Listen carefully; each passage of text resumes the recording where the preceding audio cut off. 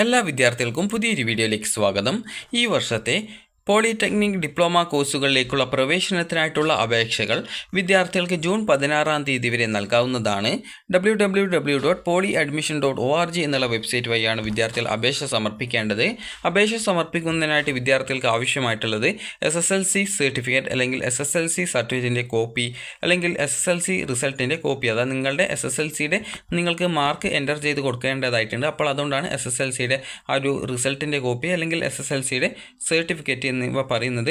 അപ്പോൾ സർട്ടിഫിക്കറ്റ് കിട്ടാത്ത വിദ്യാർത്ഥികൾക്ക് SSLCയുടെ മാർക്ക് മാത്രം മതിയാകും. മാർക്ക് അതായത് SSLCയുടെ ഗ്രേഡ് എൻ്റർ ചെയ്ത് കൊടുക്കുന്നതിന് വേണ്ടിയിട്ടാണ് അതിന് പറയുന്നത്. അല്ലാതെ അപ്ലോഡ് ചെയ്യേണ്ട ആവശ്യമൊന്നും വരുന്നില്ല.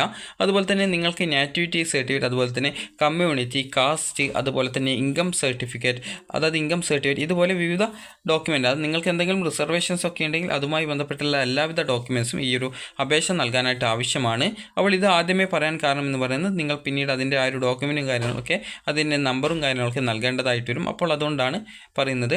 അപ്പോൾ വിദ്യാർത്ഥികൾക്ക് ഈ ഒരു ഡിപ്ലോമ കോഴ്സുകളിലേക്കുള്ള പ്രവേശനത്തിനായിട്ടുള്ള അപേക്ഷകൾ വിദ്യാർത്ഥികൾക്ക് ജൂൺ 16 വൈകുന്നേരം 4 മണി വരെ നൽകാവുന്നതാണ്.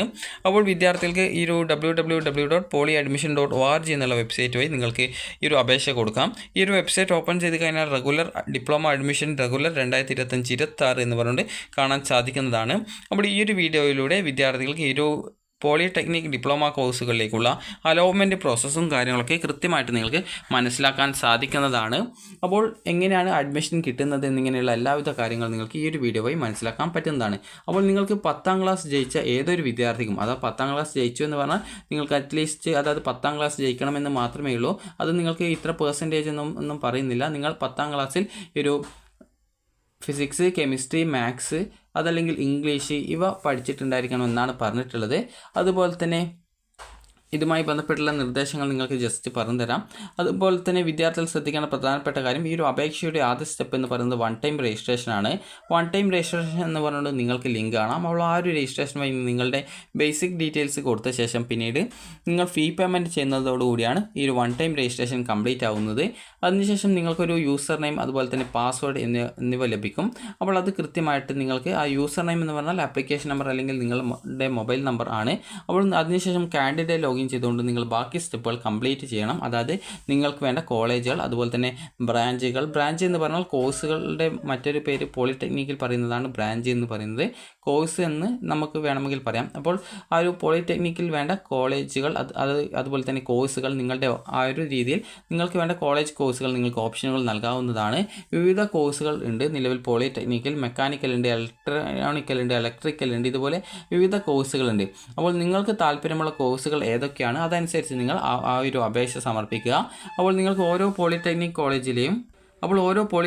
കോളേജിലെയും കോഴ്സുകളുടെ ഡീറ്റെയിൽസ് അറിയാനായിട്ട് ഇവിടെ നിങ്ങൾക്ക് ഡൗൺലോഡ് സെൽ കൊടുത്തിട്ടുണ്ട്. ഡൗൺലോഡ്സ് എന്നുള്ളത് ക്ലിക്ക് ചെയ്യുക. ക്ലിക്ക് ചെയ്യുമ്പോൾ അടുത്ത പേജിലേക്ക് ലോഡ് ആവുന്നതാണ്. അപ്പോൾ ഇവിടെ നിങ്ങൾക്ക് കാണാം list of polytechnic college and programme and institution codes എന്ന് പറഞ്ഞുകൊണ്ട് കാണാം. ഇൻസ്റ്റിറ്റ്യൂഷൻ കോഡ്സ് എന്ന് പറഞ്ഞുകൊണ്ട് കാണാം. ജസ്റ്റ് നിങ്ങളത് ഡൗൺലോഡ് ചെയ്തെടുക്കാം. ഞാൻ ഓൾറെഡി ഇത് ഡൗൺലോഡ് ചെയ്തെടുത്തുകൊണ്ടാണ് ഇങ്ങനെ വരുന്നത്. അല്ലെങ്കിൽ നിങ്ങൾ ജസ്റ്റ് ഒന്ന് ഡൗൺലോഡ് ചെയ്തെടുക്കാം. അപ്പോൾ ഇവിടെ നിങ്ങൾക്ക് ഓരോ പോളിടെക്നിക് കോളേജിൻ്റെ പേര്, അതുപോലെ അഡ്രസ്സ് എന്നിവ, ഓരോ ജില്ലയിലെയും പോളിടെക്നിക് കോളേജിൻ്റെ പേര്, അതുപോലെ തന്നെ അവിടെയുള്ള ഡിപ്ലോമ പ്രോഗ്രാംസ് എന്നിവ ഏതൊക്കെയാണെന്നുള്ളത് നിങ്ങൾക്ക് നോക്കാം. അതുപോലെ തന്നെ ടോട്ടലായിട്ട് എത്ര സീറ്റ് ഉണ്ട് എന്നുള്ള ഡീറ്റെയിൽസും കൊടുത്തിട്ടുണ്ട്. ഇപ്പോൾ ഞാൻ സെൻട്രൽ പോളിടെക്നിക് കോളേജ് തിരുവനന്തപുരത്ത് ആണ് അപ്ലൈ ചെയ്യാൻ ഉദ്ദേശിക്കുന്നതെങ്കിൽ അവിടെ ഏതൊക്കെ കോഴ്സുകൾ ഉണ്ട് എന്ന് നോക്കുന്ന സമയത്ത് സിവിൽ എഞ്ചിനീയറിംഗ് ഉണ്ട്, മെക്കാനിക്കൽ ഉണ്ട്, ഇലക്ട്രിക്കൽ ആൻഡ് ഇലക്ട്രോണിക്സ് എഞ്ചിനീയറിംഗ് ഉണ്ട്, അതായത് ഇലക്ട്രോണിക്സ് എഞ്ചിനീയറിംഗ് ഉണ്ട്, ടെക്സ്റ്റൈൽ ടെക്നോളജി ഉണ്ട്, കമ്പ്യൂട്ടർ എഞ്ചിനീയറിംഗ് ഉണ്ട്. അപ്പോൾ ഈ രീതിയിൽ ആ ഒരു കോഴ്സുകളുടെ ബ്രാഞ്ച് കോഡ് എന്താണ്, അതുപോലെ തന്നെ അതായത് കോഴ്സിൻ്റെ കോഡ് എന്താണ്, അതുപോലെ തന്നെ എത്ര സീറ്റാണ് അവിടെയുള്ളത്, ടോട്ടലായിട്ട് ആകെ എത്ര സീറ്റ് ഉണ്ട് എന്നുള്ള ഡീറ്റെയിൽസ് ഇവിടെ കൊടുത്തിട്ടുണ്ട്. അപ്പോൾ നിങ്ങൾക്ക് ഈ ഒരു രീതിയിൽ കൃത്യമായിട്ട് എത്ര വേക്കൻസീസ് ഉണ്ട് എന്നുള്ള കാര്യങ്ങളൊക്കെ കൃത്യമായിട്ട് നിങ്ങൾക്ക് മനസ്സിലാക്കാനായിട്ട് സാധിക്കുന്നതാണ്. അപ്പോൾ നിങ്ങൾക്ക് നിങ്ങളുടെ നാട്ടിലുള്ള, അതായത് നിങ്ങൾക്ക് പോകാൻ സാധിക്കുന്ന പോളിടെക്നിക് കോളേജുകൾ നിങ്ങളുടെ ജില്ലയിൽ ഏതൊക്കെയാണ് ഉള്ളതെന്നാൽ കൃത്യമായിട്ട് ഇത് നോക്കിയിട്ട് മനസ്സിലാക്കാൻ സാധിക്കുന്നതാണ്. ഓരോ ജില്ലയിലെയും കൃത്യമായിട്ട് എത്ര പോളിടെക്നിക് കോളേജ് ഉണ്ട്, അവിടെ ഏതൊക്കെ കോഴ്സ് ഉണ്ട്, എത്ര സീറ്റ് ഉണ്ട് എന്നിവ നിങ്ങൾക്ക് ഈ ഒരു PDF നിങ്ങൾക്ക് കൃത്യമായിട്ട് മനസ്സിലാക്കാൻ സാധിക്കുന്നതാണ്. അപ്പോൾ ഇനി വിദ്യാർത്ഥികൾക്ക് ഈ ഒരു അപേക്ഷ സമർപ്പിക്കുന്നതുമായി ബന്ധപ്പെട്ട് വിദ്യാർത്ഥികൾക്ക് ഈ ഒരു ജൂൺ 16 വരെയാണ് വൺ ടൈം രജിസ്ട്രേഷനും അതുപോലെ തന്നെ നിങ്ങളുടെ അപേക്ഷ പൂർണ്ണമായിട്ട് കൺഫേം ചെയ്യാനുമുള്ള ആ ഒരു ഡേറ്റ് ഇപ്പോൾ നിലവിൽ നീട്ടിയിട്ടുള്ളത്. നേരത്തെ അതായത് ഒരു ജൂൺ 10-ാം തീയതി ആയിരുന്നു. അപ്പോൾ ഈ ഒരു ഡേറ്റാണ് ജൂൺ 16-ാം തീയതിയിലേക്ക് നീട്ടിയിട്ടുള്ളത്. അപ്പോൾ അതുകൊണ്ട് തന്നെ ഇതുവരെ അപേക്ഷ സമർപ്പിക്കാത്ത വിദ്യാർത്ഥികൾ ഉണ്ടെങ്കിൽ ഉടൻ തന്നെ അപേക്ഷ സമർപ്പിക്കുക. അപ്പോൾ ഇനി നമുക്ക് ഈ ഒരു ആപ്ലിക്കേഷൻ്റെ സ്റ്റെപ്സും കാര്യങ്ങളൊക്കെ പറയാം. അപ്പോൾ നിങ്ങൾക്ക് ഈ ഒരു അപേക്ഷകൾ നിങ്ങൾക്ക് ഈ ഒരു ജൂൺ 16-ാം തീയതി വരെ നൽകാം എന്ന് പറഞ്ഞു. അതിനുശേഷം നിങ്ങളുടെ പ്രൊഫഷണൽ റാങ്ക് ലിസ്റ്റ്, അതായത് താൽക്കാലിക റാങ്ക് ലിസ്റ്റും ട്രയൽ അലോട്ട്മെൻറ്റും പ്രസിദ്ധീകരിക്കുക ജൂൺ 18-ാം തീയതിയാണ്. അപ്പോൾ ജൂൺ 18-ാം തീയതി ഈ ഒരു അലോട്ട്മെൻറ്റ് പ്രസിദ്ധീകരിച്ചതിന് ശേഷം, അതായത് ട്രയൽ അലോട്ട്മെൻറ്റ് പ്രസിദ്ധീകരിച്ചതിന് ശേഷം നിങ്ങൾക്ക് നിങ്ങളുടെ ആപ്ലിക്കേഷനിൽ എന്തെങ്കിലും തെറ്റുകൾ, അതായത് ഓപ്ഷൻസ് ഉൾപ്പെടെ, അത് ഓപ്ഷൻ എന്ന് പറഞ്ഞാൽ നിങ്ങൾ നൽകിയ കോളേജ് കോഴ്സുകൾ ഉൾപ്പെടെ നിങ്ങൾക്ക് എഡിറ്റ് ചെയ്യാനുള്ള അവസരം ഉണ്ടായിരിക്കും. അപ്പോൾ ഈ ഒരു അവസരം എന്ന് പറയുന്നത് ഈ ഒരു 18-ാം തീയതി മുതൽ 21-ാം തീയതി വരെയാണ്. അതിനുശേഷം നിങ്ങളുടെ ഫൈനൽ റാങ്ക് ലിസ്റ്റും ഫസ്റ്റ് അലോട്ട്മെൻറ്റും, അതായത് ആദ്യത്തെ അലോട്ട്മെൻറ്റും അതുപോലെ ഫൈനൽ റാങ്ക് ലിസ്റ്റും പ്രസിദ്ധീകരിക്കുന്നത് ഈ ഒരു ജൂൺ 25-ാം തീയതിയാണ്. അതിനുശേഷം ഈ ഒരു ജൂൺ 25-ാം തീയതി ഫസ്റ്റ് അലോട്ട്മെൻറ്റ് ലഭിക്കുന്ന വിദ്യാർത്ഥികൾ നിർബന്ധമായിട്ടും ഫസ്റ്റ് ഓപ്ഷനാണ്, അതായത് നിങ്ങൾക്കിപ്പോൾ ഒരു ഉദാഹരണത്തിന് നിങ്ങളൊരു 10-20-30 ഓപ്ഷൻ കൊടുത്തു എന്ന് വിചാരിക്കാം. അപ്പോൾ അതിൽ നിന്നും നിങ്ങൾക്കൊരു 1-ാമത്തെ ഓപ്ഷനാണ് അലോട്ട്മെൻറ്റ് കിട്ടിയതെന്ന് വിചാരിക്കാം. അങ്ങനെയെങ്കിൽ നിങ്ങൾ പോയിട്ട് പെർമനൻറ്റ് അഡ്മിഷൻ, ഫീസ് അടച്ച് പെർമനൻറ്റ് അഡ്മിഷനാണ് നേടേണ്ടത്. നിങ്ങൾക്കിപ്പോൾ 2-ാമത്തെ ഓപ്ഷനോ അല്ലെങ്കിൽ 3-ാമത്തെയോ 4-ാമത്തെ അല്ലെങ്കിൽ മറ്റേതെങ്കിലും ഓപ്ഷൻ ആണെങ്കിൽ, അതായത് 1-ാമത്തെ ഓപ്ഷനൊക്കെയുള്ള ഏതൊരു ഓപ്ഷൻ അലോട്ട്മെൻറ്റ് ലഭിച്ച വിദ്യാർത്ഥികളും ആ ഒരു പോളിടെക്നിക് കോളേജിൽ പോയിട്ട് റിപ്പോർട്ട് ചെയ്താൽ മതി. റിപ്പോർട്ട് എന്ന് പറഞ്ഞാൽ ടെമ്പററി അഡ്മിഷനാണ് ഉദ്ദേശിക്കുന്നത്.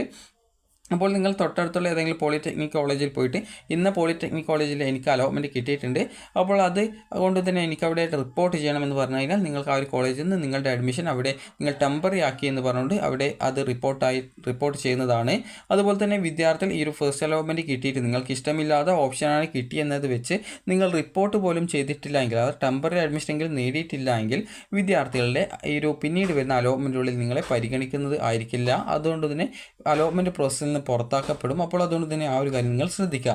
ഈ ഒരു ടെമ്പററി അഡ്മിഷൻ റിപ്പോർട്ട് ചെയ്യാനായിട്ട് തൊട്ടടുത്തുള്ള ഏതെങ്കിലും പോളിടെക്നിക് കോളേജിൽ പോയാൽ മതി എന്ന് പറയാൻ കാരണം, ഗവൺമെൻറ് പോളിടെക്നിക് കോളേജിലാണ് പോവേണ്ടത്. അപ്പോൾ ഗവൺമെൻറ് പോളിടെക്നിക് കോളേജിൽ നിങ്ങൾ പോയിട്ട് നിങ്ങളുടെ ആ ഒരു സർട്ടിഫിക്കറ്റ്സും കാര്യങ്ങളൊക്കെ അവർ വെരിഫൈ ചെയ്ത് നിങ്ങൾക്ക് സർട്ടിഫിക്കറ്റും കാര്യങ്ങളൊക്കെ തിരിച്ചു തരുന്നതാണ്. അത് നിങ്ങളുടെ കയ്യിൽ തന്നെ നിങ്ങൾക്ക് അത് കിട്ടുന്നതായിരിക്കും. അത് നിങ്ങൾക്ക് ജസ്റ്റ് നിങ്ങൾ അവിടെ റിപ്പോർട്ട് ചെയ്ത് ടെമ്പററി അഡ്മിഷൻ എടുക്കുക എന്നുള്ളത് മാത്രമാണ് അതിൻ്റെ പ്രൊസീജിയർ. 1-ാമത്തെ ഓപ്ഷൻ ആണെങ്കിൽ മാത്രമാണ് സർട്ടിഫിക്കറ്റുകളൊക്കെ കൊടുത്ത്, അതായത് നിങ്ങൾക്ക് ഏത് പോളിടെക്നിക് കോളേജിലാണോ കിട്ടിയത് അവിടെ പോയിട്ട് അഡ്മിഷൻ നേടേണ്ടത്. 2-ാമത്തെ ഓപ്ഷൻ മുതൽ നിങ്ങൾക്ക് താല്പര്യമില്ലാത്ത ഓപ്ഷൻ ആണ് കിട്ടുന്നതെങ്കിൽ മാത്രം നിങ്ങൾക്ക് റിപ്പോർട്ട് ചെയ്യാവുന്നതാണ്. റിപ്പോർട്ട് ചെയ്യുന്ന സമയത്ത് സർട്ടിഫിക്കറ്റും കാര്യങ്ങളൊക്കെ എടുത്തിട്ട് പോവുക. അപ്പോൾ അത് വെരിഫൈ ചെയ്ത് നിങ്ങൾ റിപ്പോർട്ട് ചെയ്ത് നിങ്ങളുടെ സർട്ടിഫിക്കറ്റ് തിരിച്ചു തരും. അതിനുശേഷം നിങ്ങൾക്കിപ്പോൾ 2-ാമത്തെ അല്ലെങ്കിൽ മറ്റേതെങ്കിലും ഓപ്ഷനാണ് കിട്ടിയത് അവിടെ പെർമനൻറ്റ് അഡ്മിഷൻ എടുക്കണമെന്നുണ്ടെങ്കിൽ നിങ്ങൾക്ക് ആ ഒരു കോളേജിൽ പോയിട്ട് നേരിട്ട് പോയിട്ട് പെർമനൻറ്റ് അഡ്മിഷൻ എടുക്കാവുന്നതാണ്. ഇനിയിപ്പോൾ അതിനുശേഷം സെക്കൻഡ് അലോട്ട്മെൻറ്റ് വരുന്നത് ഈ ഒരു ജൂലൈ 5-ാം തീയതിയാണ്.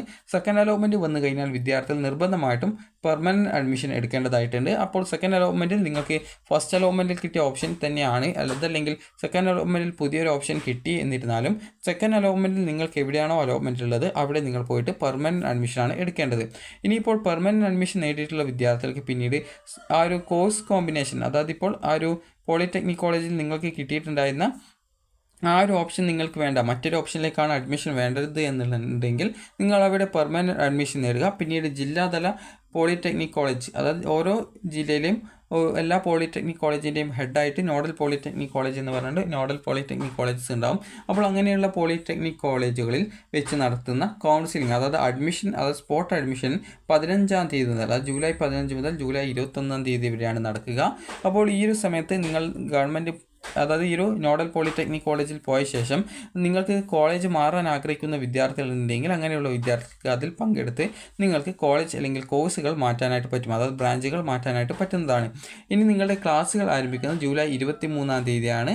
അതുപോലെ തന്നെ ഈ ഒരു first spot admission at institution, അതായത് പിന്നീട് ഈ ഒരു സ്പോട്ട് അഡ്മിഷനു ശേഷം കോളേജ് ലെവലിൽ സീറ്റ് വേക്കൻസി ഉണ്ടാവും. അപ്പോൾ അങ്ങനെ ആ ഒരു പോളിടെക്നിക് കോളേജിലെ സീറ്റ് ഫില്ല് ചെയ്യുന്നതിനായിട്ട് ഫസ്റ്റ് സ്പോട്ട് അഡ്മിഷൻ നടക്കുന്നത് ജൂലൈ 28 മുതൽ ഓഗസ്റ്റ് 1-ാം തീയതി വരെയാണ്. അപ്പോൾ ആ ഒരു സമയത്ത് വിദ്യാർത്ഥികൾ ചെയ്യേണ്ടത്, നിങ്ങൾക്കിപ്പോൾ കോളേജിൽ നിന്ന് മറ്റൊരു കോഴ്സിലേക്കാണ് മാറുന്നത് അല്ലെങ്കിൽ മറ്റൊരു പോളിടെക്നിക് കോളേജിലേക്ക് മാറണമെന്നുണ്ടെങ്കിൽ അതത് പോളിടെക്നിക് കോളേജുകളുടെ ഈ ഒരു സ്പോട്ട് അഡ്മിഷൻ്റെ ഷെഡ്യൂൾ വെബ്സൈറ്റിൽ പ്രസിദ്ധീകരിക്കും. അപ്പോൾ ആ ഒരു സമയത്ത് ആ ഒരു ഷെഡ്യൂൾ നോക്കിയിട്ട് നിങ്ങൾ എപ്പോഴാണോ അതിൻ്റെ ആ ഒരു ഇത് വരുന്നത്, ആ ഒരു സ്പോട്ട് അഡ്മിഷനായിട്ടുള്ള രജിസ്ട്രേഷൻ വരുന്നത്, അപ്പോൾ ആ ഒരു സമയത്ത് നിങ്ങൾ രജിസ്ട്രേഷൻ ചിലപ്പോൾ ചെയ്യേണ്ടതായിട്ട് വരും. അപ്പോൾ അങ്ങനെ ചെയ്ത ശേഷം നിങ്ങൾക്ക് പിന്നീട് ആ ഒരു സ്പോട്ട് അലോട്ട്മെൻറ്റിൽ പങ്കെടുത്ത് നിങ്ങൾക്ക് കോളേജ് മാറാവുന്നതാണ്. അതുപോലെ അലോട്ട്മെൻറ്റ് കിട്ടാത്ത വിദ്യാർത്ഥികൾക്കും അതിൽ പങ്കെടുത്ത് അഡ്മിഷൻ നേടാവുന്നതാണ്. അതുപോലെ തന്നെ പിന്നീട് സെക്കൻഡ് സ്പോട്ട് അഡ്മിഷൻ, പിന്നീട് വീണ്ടും വേക്കൻസി വരുന്ന സാഹചര്യത്തിൽ അങ്ങനെ വേക്കൻസിയുള്ള പോളിടെക്നിക് കോളേജുകൾ ഓഗസ്റ്റ് 7 മുതൽ ഓഗസ്റ്റ് 12 വരെ വീണ്ടും സെക്കൻഡ് സ്പോട്ട് അഡ്മിഷൻ എന്നുള്ള രീതിയിൽ അലോട്ട്മെൻറ്റ് നടത്തും.